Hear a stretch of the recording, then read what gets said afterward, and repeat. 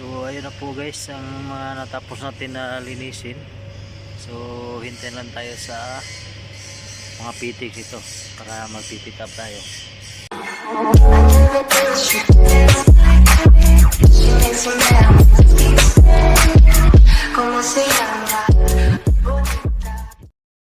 Hello, welcome back sa aking channel. So guys, kumusta po kayo? So ito, nagbabalik po tayo. Pasensya na po kung hindi tayo nakapag-upload ng bagong video dahil po sa maraming mga kadahilanan. So ngayon po, gagawin natin ay maglinis tayo ng mga tubo para prepare sa ating ipipit up.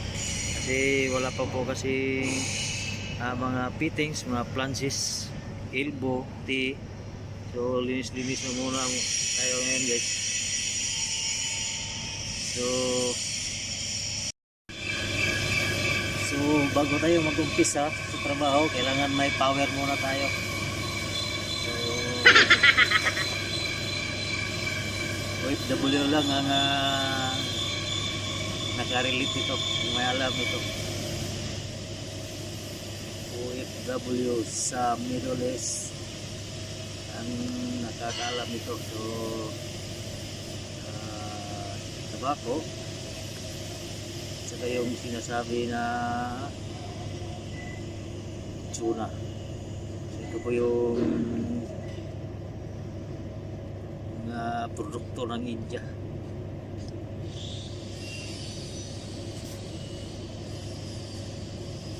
Power to power. I-mix mo lang pag ano.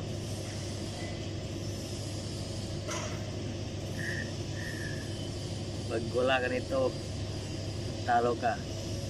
Kung mayroon ka nito, wala kang talo.